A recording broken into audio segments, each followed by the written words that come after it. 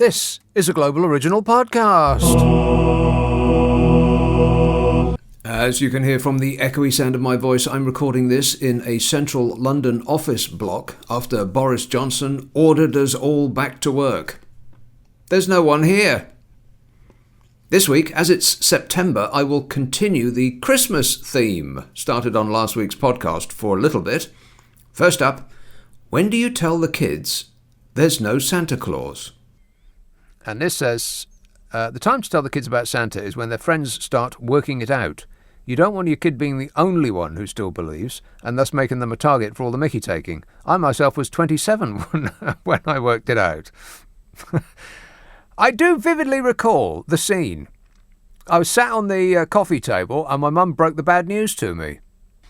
Now, I went home from school and I thought I was talking to one of my friends about, the forthcoming festivities.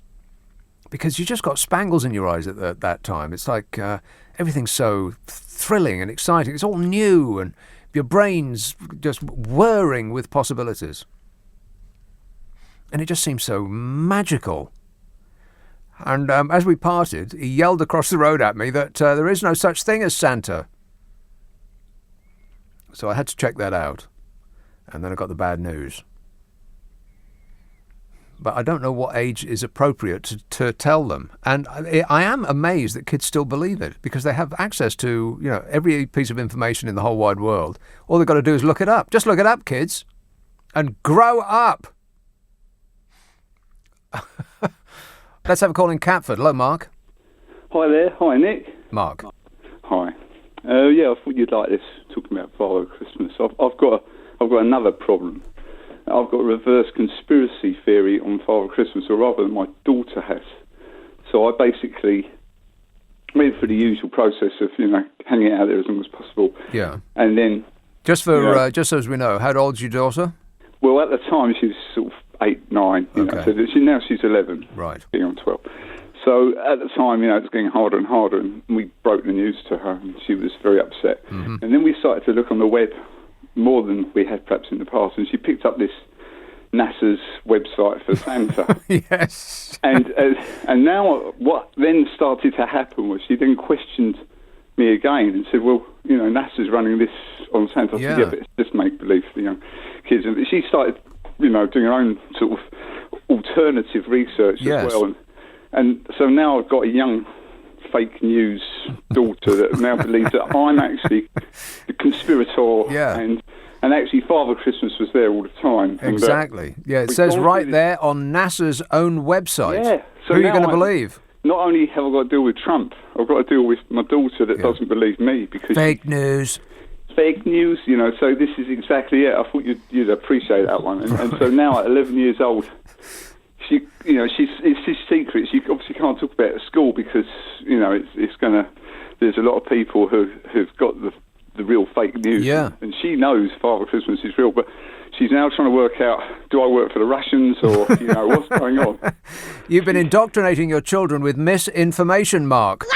Yeah, I mean, where do you go from there? I need help, Nick. You certainly do, yeah. I'm calling social services. Thank you. All right, thanks a lot, mate.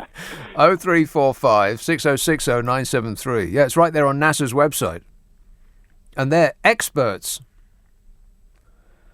This says, I think you should give the kids rubbish presents from Santa and good ones from the parents. That way the kids won't be upset when they find out that all the rubbish is from some made-up guy. Problem sorted. Rochdale. Hello, Aaron. Hello, Nick. I'm saying that you should forget Jesus at Christmas.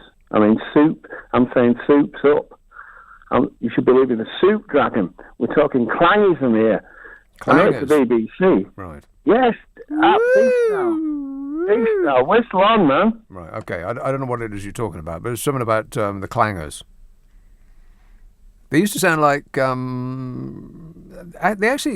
sort of made a noise like Jethro Tull on acid. Not a flute exactly, but a penny whistle. Weirdest. Kids' television programs in the 1970s used to be properly weird. I mean, okay, the Tinky Winky Dipsy La La and Pooh, they were pretty strange too. But the clangers and the flower pot men and all that's weird, bizarre, psychedelic stuff. What were you doing to us? It was mostly the BBC's fault. Giles says, looks like it will be a battle to the end of the planet between the humans and the geese, judging by the Orkney news story which Zora read out. The only species seemingly flourishing, and the RSP give license to shoot them. That's right. Yeah, they're doing very well, apart from getting shot a lot. There used to be 3,000. I don't know precisely the numbers. I can't remember exactly what it is, but it doesn't mean that these aren't facts. Just because I'm making it up doesn't mean to say it's not true. There used to be 3,000, and now there's 64,000 geese or ducks. I don't know, those flying things. Who cares? But people have been given the permission to shoot them out the sky. Quite right too. We must end this geese menace. If only geese would stop interfering with other geese, then the problem would be solved. Disgusting. But they just can't do it, can they? Graham says, Nick, my life is so out of balance at this time of year, I might well be trying to stand on a deflating lilo in the ocean. It's my 2 young kids' birthdays 6 days apart. And then it's Hanukkah for 8 days of more presents and donut eating, which intersects with Christmas. And who'd want to miss out on that? As Sanity Claus pops round, even though we're Jewish. So yet more indulgence and wasteful consumption. I'm living the law of diminishing marginal utility. A happy festive season to all your listeners. Yeah, I wish you the best of luck, Graham. You're going to need it. That must be awful for, well, not awful exactly, but not premium for children to have a birthday around Christmas, because the tendency for parents would be not to indulge them so much, but to split the presents that would have just fallen to them on Christmas Day and given them half and half, one on your birthday and one to Christmas, as opposed to giving both presents at Christmas, and then if your birthday was in June, you know. Here's what parents should be doing. Have sex no later than January, at the absolute outside, to make certain that your child has its birthday nowhere near Christmas. And then, when your child grows up, they can thank me then. No, wait a minute, I've changed my mind. They can thank me now. Paul says, there's still 100,000 people at my local Tesco. Most of them are men buying foot spas. There's one of those things that people buy and then never, ever, ever use. Has anybody ever used a foot spa? No. No, they just stay in the box. They come out once, you put your foot in it, it's wet, and doesn't really do anything for you, then you put it back in the box and just leave it there, collecting dust in the back of the cupboard, like popcorn makers. There's another one. Or those things that you squirt some unctuous juice in a cup and then fill it with fizzy water. Those things. Graham says, I remember when I was a little lad on a cold winter's night and I told me mam that I was bored. So she suggested I wrote a long list of desirables to Santa. I spent ages writing down everything I could think of, and when I finished, when I finished, she chucked it on the fire, telling me that Santa's elves could read the words in the smoke. It took a few years to realise that my man was a con artist and what a gullible little soul I was, says Graham. Well, that sounds like a cruel and unusual punishment. But you probably deserved it. Kiko in Mansfield Woodhouse texts. Is that a place? How do holiday companies get away with saying that you can meet Santa in Lapland if he doesn't exist? Is that not false advertising? Well, that's a good point. You can get your money back, Kiko, if you can indeed prove that the person that you met in Lapland is not in fact Santa. A DNA testing should do it. Mark tweets, not sure how native turkeys are to Bethlehem. I've yet to establish the link. Well, that's a good point. How come nobody's come up with that already? What's turkeys got to do with Christmas? What do turkeys have to do with Christmas? He says it's like Easter eggs. Shouldn't they be big chocolate boulders? Yeah. Says, I'm not convinced the three wise men turned up at the birth of Jesus with Coca-Cola, sherry trifle and charades either. Well, that is an excellent point. OK, Christmas is cancelled. We think we're going to have to think it out again. And Zoe says, surely everyone could have a free goose Christmas Day feast from the geese cull in the Orkney Isles. Win, win, win. Win, win, win. How many did you say there were? 64,000. 64,000 geese. That is 64,000 divided by 65 million people. That's 65. It's like that's one each. Can you believe that?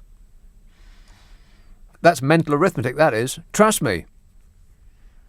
Let's have a. Oh no, maybe it's a bit too late. I'll have to take the calls after the news because otherwise you'll only get 30 seconds and then they'll start complaining, whinging and whining and moaning. Sue in Bromley says we're all ready for Christmas presents, wrapped, enough food and drink bought for 2 family meals, Christmas Eve and Christmas Day. We sat down. Well, hey, no, wait a minute. What about Boxing Day? The shops aren't going to be open on Boxing Day, you know. Damn it! Oh, you've screwed up, Sue. Too late now. She says, we sat down this evening to relax and popped a meal in the oven, only to find out that the oven wasn't getting hot. Oh, no.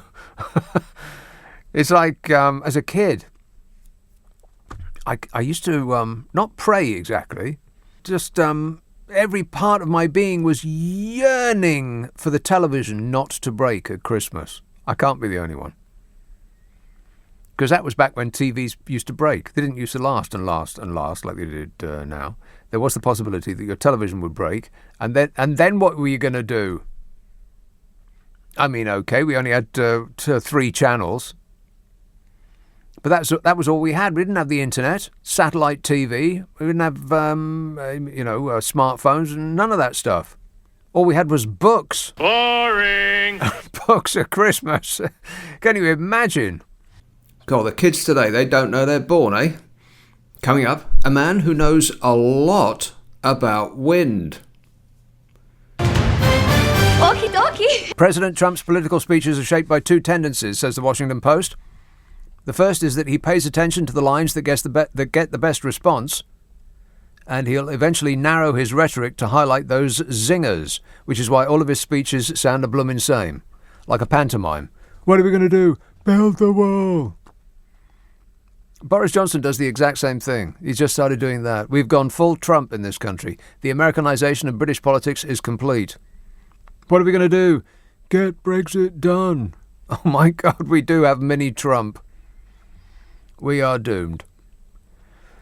Anyway, the Post says, so he narrows his rhetoric to highlight the zingers, you know, the ones that make the drooling yeehaws at his white power rallies, clap and cheer. He says the other is that he'll follow whatever train of thought is headed out of the station, letting his speeches spiral well out into the countryside before he brings them back in. Combine those, quick riffs, stripped of most of the context and the tendency to springboard off in any direction, and you get a partial explanation for his speech to a pro-Trump youth group over the weekend. A youth rally? Oh, no! The section of the speech that attracted the most attention was this one. You ready?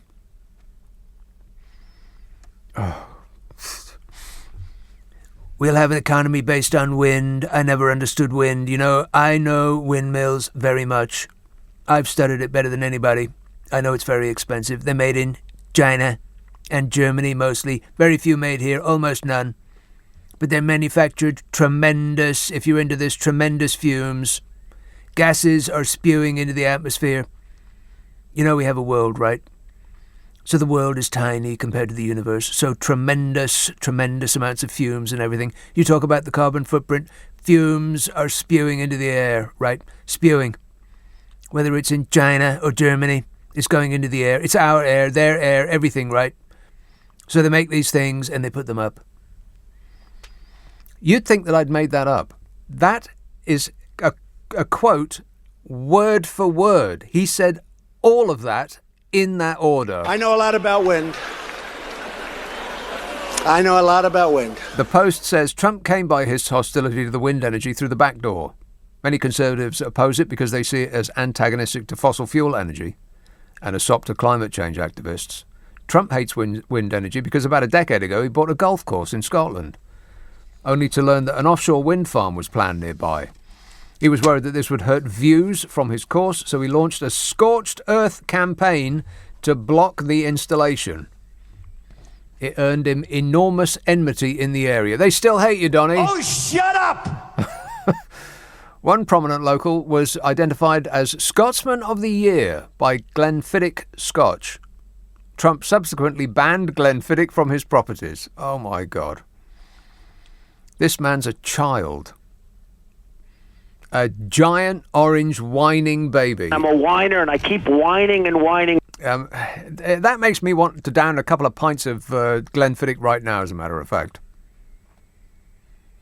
But they're manufactured tremendous fumes.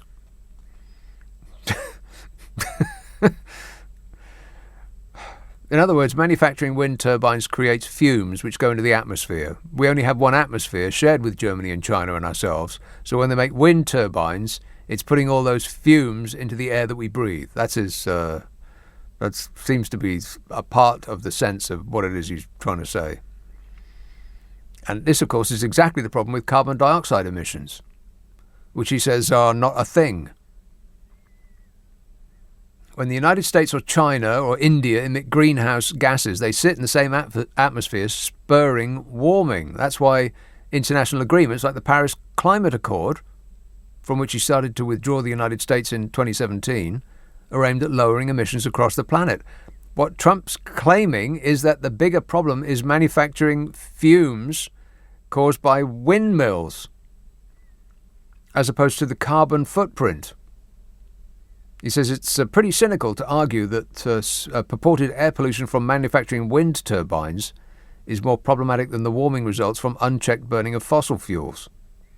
Even assuming that there are dangerous fumes emitted from making wind turbines, the scale wouldn't compare to the international emissions of carbon dioxide and methane. But the people who make wind turbines didn't give Donald Trump millions of dollars for his election campaign, whereas the coal people did. That's why he keeps going on about clean coal. The lines about fumes were clunky and attracted attention, says the Post, but rest assured it will either be streamlined and refined or cut from the rotation entirely in Trump's future speeches. What's important to Trump isn't accuracy of what he's saying, after all. What's important is the extent to which his base appreciates it. Exactly, those drooling yeehaws at the white power rallies. Those people. And Donald Trump is the man that we're going to have to crawl across the carpet and beg for a huge trade deal. What could possibly go wrong? You know, apart from that he's banned even the mention of climate change in any future trade deal. We're turning our back on the European Union, a rainbow coalition of interested parties. And we're giving control of this country to a giant orange whining baby. I am the most fabulous whiner. And I'm a whiner, and I keep whining and whining. And people in this country, a significant number of people in this country, feel that they've won. I wonder when the penny's going to drop. At what point? I'm keen to find out. Isn't it exciting? Tony and Stain says, don't tell anybody, but I've sent the Donald a Canadian goose costume and an invitation to the the Orkney Golf Club fancy dress ball. Yeah, just put this on, Donny. I believe I can fly. Woo! Anna in Dollis Hill says, the turkey became the Christmas menu after Scrooge treated the Cratchit family to the Christmas Day meal in Dickens' A Christmas Carol. Merry Christmas was also coined by Dickens. Historical records actually say Henry VIII ate turkey at Christmas, and it was very common by the end of the 1500s. Is that your edition or hers? Yes. That's your edition? Yeah. Yeah, okay. See? You're lying to us, Anna. He may have popularised it, but didn't invent it. Whatever we say that wasn't coined by Will Shakespeare or William Shakespeare's wife, whoever it was that wrote those things, was probably coined by Dickens. This says, "Hi Nick, I'm a 15-year-old boy, and although my parents know that I don't believe in Father Christmas, they still think I do, and we do the stocking full of presents each year. Weird." Well, it sounds like you're onto a good thing there. I'd keep quiet about it if I were you. And Nicholas in Hanwell says, "My father gave me an empty box for Christmas and told me it was an Action Man deserter." An Action Man deserter. Sounds like a listener with material to me. Jill in Ashford says, "Soak the turkey in brine the night before. This will stop it drying out." Yeah, I've read that, but the problem with that is, what do you soak it in? Because it says there right on the label, "Do not wash this turkey," because it spreads, turkey juice all over the place. And you don't want that, because it will kill you. And nobody wants to be killed by a turkey on Christmas Day. So what do you soak it in? You'd have to throw away the receptacle. And how are you going to get a receptacle that big anyway? You have to put it in a bath. Oh, that's vile. You'd never be able to use that bath again. Still, baths are overrated. What do you want to be? Clean or full? Coming up, the smallest Christmas shop in the world ever. Vincent in Acton says, "Nick, a couple of years ago I booked an online Christmas shopping order in October, just placing an order for one Brussels sprout to hold the order. I forgot all about it and my delivery of one Brussels sprout turned up." Huh. I heard that there was a chronic shortage of Brussels sprouts. Oh, no. People were getting their Christmas delivery and it was coming without the stuff that you eat at Christmas. They were freaking out.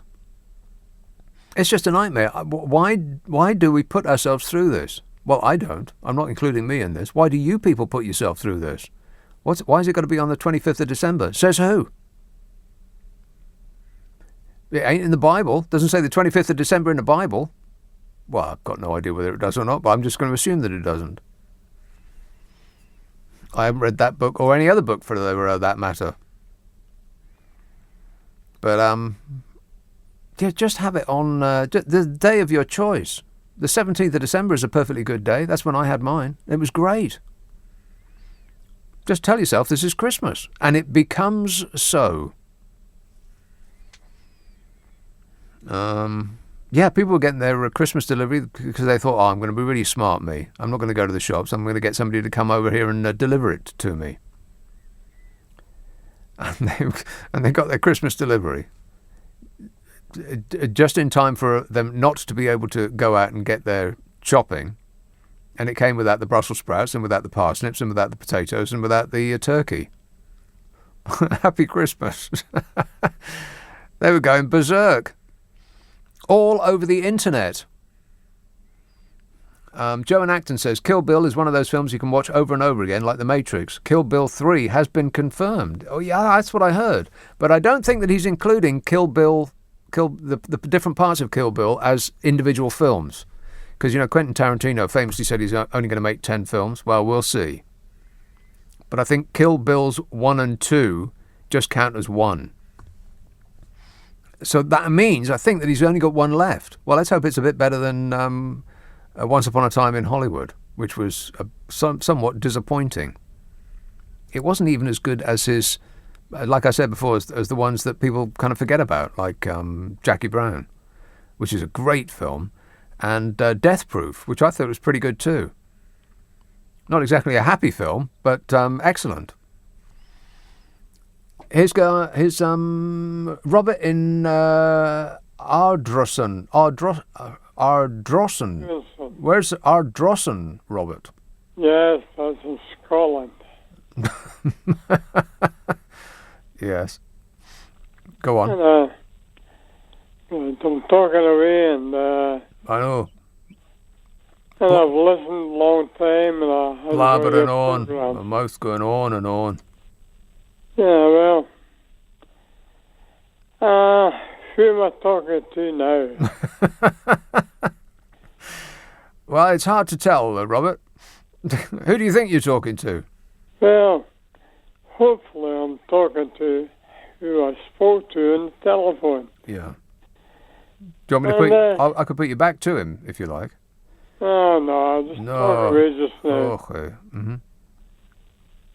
Well, my view is I think Donald Trump's a great guy. You think that Donald Trump's a great guy? Yeah. Yeah. Why not? He's done a lot for Scotland. Yeah, sure he has, yeah. He's done more than the SNP will ever do. Mm-hmm. Right. Together. Yeah, he's selflessly worked hard for the benefit of Scotland. Yeah. Well, it sounds like you've come to this with a clear head, Robert. Yes, of course I do. Why should I have a clear head? Yeah, exactly. Yeah, well, call me tomorrow and see how you feel.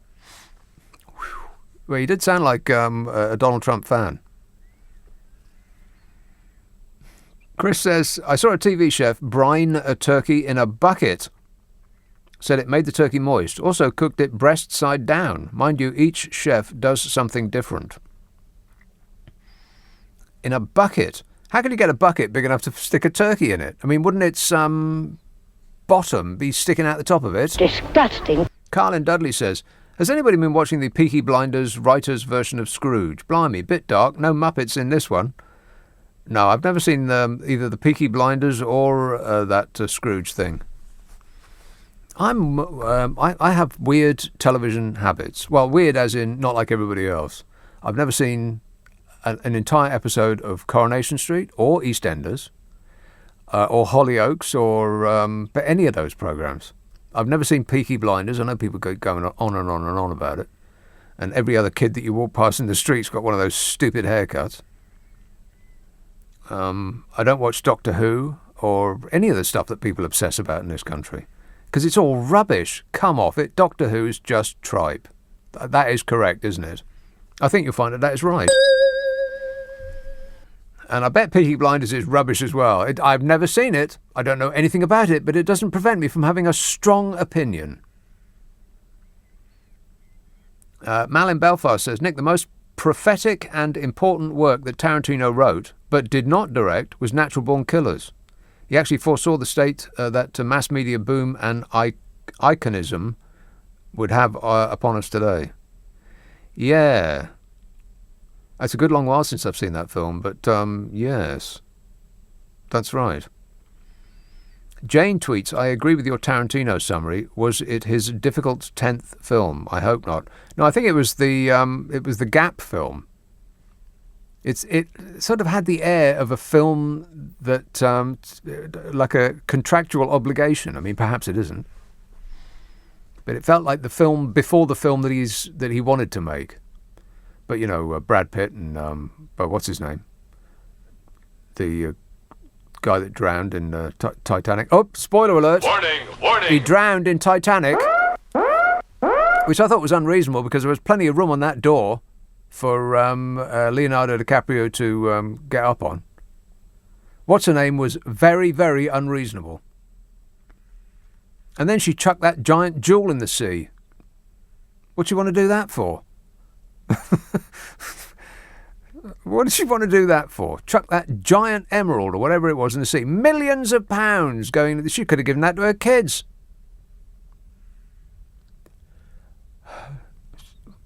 Joe says, 2 years ago, my daughter decided to have a cold buffet instead of spending hours in the kitchen. We now enjoy playing with the kids, 2 and 4 years old, and have a relaxed day. Recommend it to everyone.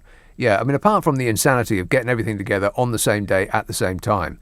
2 o'clock on Christmas Day, you've got the turkey and the sprouts and the roast potatoes and the carrots and the parsnips and the bread sauce and the cranberry sauce and the gravy. And all that's got to be made to come to perfection at the same time. That's insane. Particularly as people who are making that on an ordinary, the other 360 odd days of the year, what they do to make their dinner is open a can of beans and eat it straight out the can with a spoon. And then suddenly you set yourself a task of cooking for, it's like you've become the chef on a battleship. You are priming yourself for a failure. And the stress levels I mean, I can't get a boiled egg and my coffee to arrive at the same time. That's just stressful enough for me. But to get all of that to follow all in place at the same time, plus it doesn't fit in your oven. Have you thought about that? It doesn't fit in your oven. Then what are you going to do? Noah tweets, will you be singing Christmas carols with Carol McGiffin? No. No, because she's never here. She's always somewhere else. Somewhere hot, ain't you, Carol? Yeah. Yeah. We've got a podcast coming out in January. It's called What's Your Problem with Nick and Carol? I mean, we said that it was going to come out in June. Oh, right, yeah. And then we said it was going to come out in July and then August. Then we said it was going to come out in September. And they said, don't worry about a thing. It's all lined up for October. And then we said, well, maybe November. And then how about December? And then maybe January looks good. Oh, right, yeah. Yeah, so I think it's going to come out in January. What's Your Problem with Nick and Carol? Which is where we take problems set by you and we try to solve them because we care. Ain't that right, Carol? No. That podcast, by the way, did appear and it's been running for quite a while now. I think you'll love it. What's Your Problem with Nick and Carol is where Carol McGiffin and I try to sort people's problems. And if you would like your problem sorted, send it to the following address, nickandcarol@global.com. That's nickandcarol@global.com. And prepare to be completely satisfied. And if you subscribe to that podcast, by the way, which you can find where you found this, then the next episode, as with this one, will get squirted up your life on Monday, as though by magic. And I'll be back on the radio Friday and Saturday night at 10. And until then, I'll be seeing you. Bye-bye.